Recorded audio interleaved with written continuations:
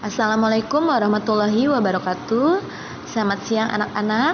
Semoga kalian semua masih dalam keadaan sehat walafiat dan masih tetap semangat dalam mengikuti pembelajaran jarak jauh. Nah, untuk pertemuan kali ini kita masih membahas tentang objek IPA dan pengamatannya. Selamat mengikuti pembelajaran IPA hari ini dengan baik.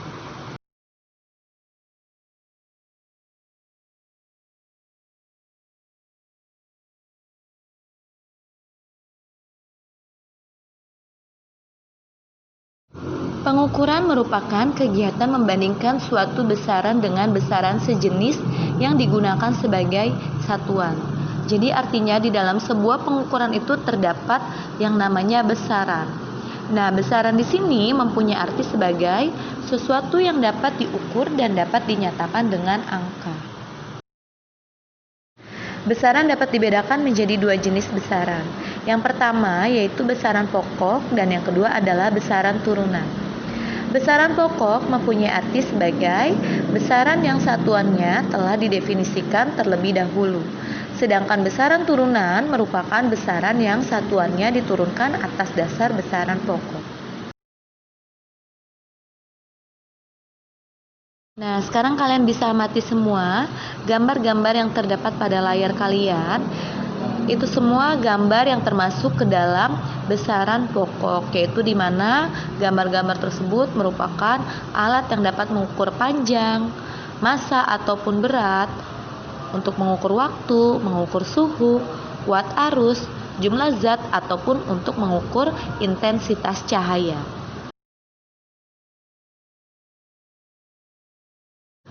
Di dalam tabel-tabel tersebut itu termasuk ke dalam besaran pokok. Nah, di mana di situ terdapat besaran, satuan internasional dan alat ukurnya. Besaran pokok yang pertama yaitu besaran panjang. Nah, panjang ini satuan internasionalnya adalah meter. Alat ukurnya dapat diukur dengan menggunakan penggaris. Yang kedua, besaran massa atau berat. Satuan internasionalnya adalah kilogram dan alat ukurnya adalah neraca atau timbangan. Yang ketiga adalah besaran pokok waktu. Satuan internasionalnya yaitu sekon atau detik. Alat ukurnya dapat diukur dengan menggunakan stopwatch. Yang keempat terdapat besaran suhu. Satuan internasionalnya yaitu satuan Kelvin, sedangkan alat ukurnya menggunakan termometer. Selanjutnya terdapat besaran kuat arus, di mana satuannya yaitu adalah ampere. Alat ukurnya menggunakan amperemeter. Selanjutnya terdapat besaran pokok jumlah zat. Satuan internasionalnya adalah mol. Nah, dan alat ukurnya biasanya untuk menentukan jumlah zat tidak dapat diukur secara langsung, kecuali dengan menggunakan konsentrasi zat dalam larutan yang akan diukur. Dan yang terakhir terdapat besaran pokok intensitas cahaya. Satuan internasionalnya adalah kandela dan alat ukurnya dapat diukur menggunakan light meter.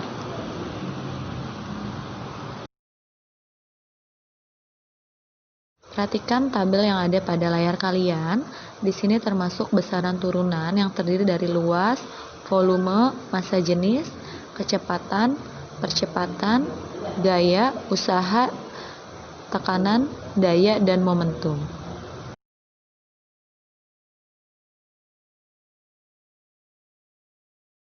Salah satu contoh besaran pokok yaitu adalah pengukuran besaran panjang. Besaran panjang dapat diukur dengan menggunakan penggaris, jangka sorong, dan mikrometer skrup. Nah, untuk penggaris, ketelitiannya yaitu 0,1 cm atau 1 mm. Sedangkan jangka sorong, ketelitiannya yaitu 0,01 cm atau 0,1 mm. Sedangkan mikrometer skrup, ketelitiannya yaitu 0,001 cm atau 0,01 mm.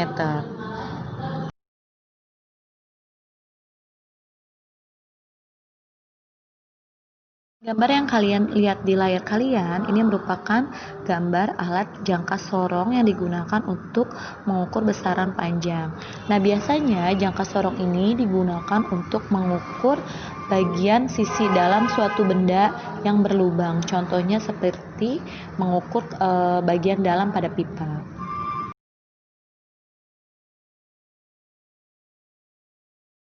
Merupakan contoh dalam pengukuran menggunakan jangka sorong.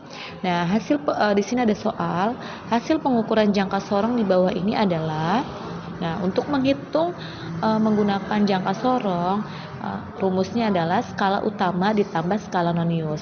Skala utama itu adalah garis-garis atau angka yang ada pada bagian atas, sedangkan skala nonius adalah garis yang ada pada bagian bawah. Nah, untuk menentukan skala utama, kita lihat dari garis yang pertama menunjukkan angka berapa. Nah, di sini garis yang pertama paling atas menunjukkan angka 2. Nah, di mana kita menentukan skala utamanya itu, kita lihat garis setelah angka 2 ini berhenti di garis mana sebelum adanya angka di bawah atau di bagian skala nonius. Nah, di sini sudah saya kasih panah, skala utamanya itu berhenti di garis kedua setelah angka 2, yaitu maka kita temukan skala utamanya adalah 2,2 karena di sini ada garis yang pertama. Kalau garis pertama berarti dibacanya 2,1, sedangkan ini berhentinya di garis yang kedua, maka 2,2. Nah, sedangkan skala noniusnya kita lihat garis pada bagian bawah. Nah, angka yang pertama kita temukan adalah angka 0. Maka kita membaca garisnya setelah angka 0.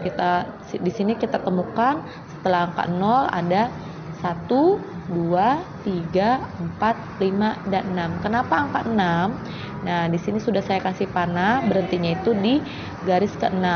Nah, di garis ke-6 ini untuk menentukan skala nonius, kita lihat antara garis atas dan garis bawah harus sejajar. Kalau dia sejajar, maka disitulah bisa dikatakan sebagai skala nonius. Nah, setelah kita menemukan skala utama dan skala nonius, tinggal kita jumlahkan. Dan jangan lupa skala nonius itu harus dikali dulu dengan 0,01 cm. Maka di sini ditemukan skala utamanya 2,2 cm ditambah 0,06 cm, maka hasil dari pengukuran jangka sorong ini adalah 2,26 cm. Yang kedua, Rio mengukur meja belajarnya dengan pensil. Meja belajar yang ia ukur lebarnya 3 pensil. Yang menunjukkan besaran pada kalimat tersebut adalah, nah, kita lihat besaran. Nah, di sini yang termasuk ke dalam besaran itu adalah lebar. Sedangkan 3 itu adalah angka dari hasil pengukurannya. Jadi jawaban dari soal berikut adalah lebar.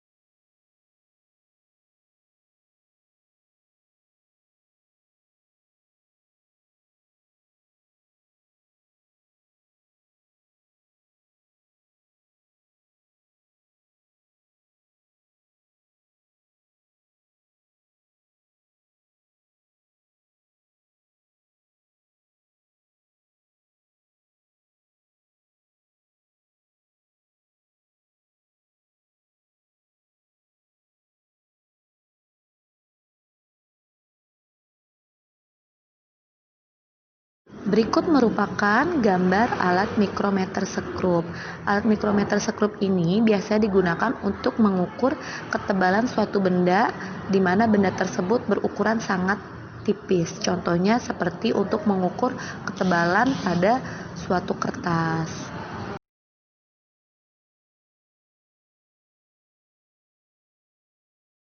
Di sini ada contoh untuk mengukur menggunakan micrometer skrup.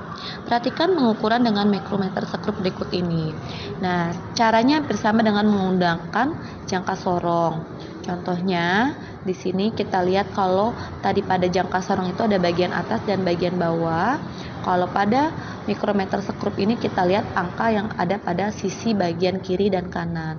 Kita lihat yang pertama untuk skala utamanya itu ada di bagian kiri. Kita lihat di sini berhenti di mana. Nah, ternyata dia berhenti pada angka 4,5. Jadi di sini ditemukan skala utamanya yaitu 4,5 mm. Sedangkan skala noniusnya kita lihat yang sejajar dengan garis tengah di bagian kanan. Nah, di sini berhenti pada angka 38, maka skala noniusnya adalah 0,38. Nah, caranya tinggal dijumlahkan 4,5 ditambah 0,38, hasilnya adalah 4,88 mm. Ibu rasa cukup sekian pertemuan kita kali ini. Mudah-mudahan semuanya bisa mengikuti pelajaran ini dengan baik. Kurang lebihnya Ibu mohon maaf. Wassalamualaikum warahmatullahi wabarakatuh.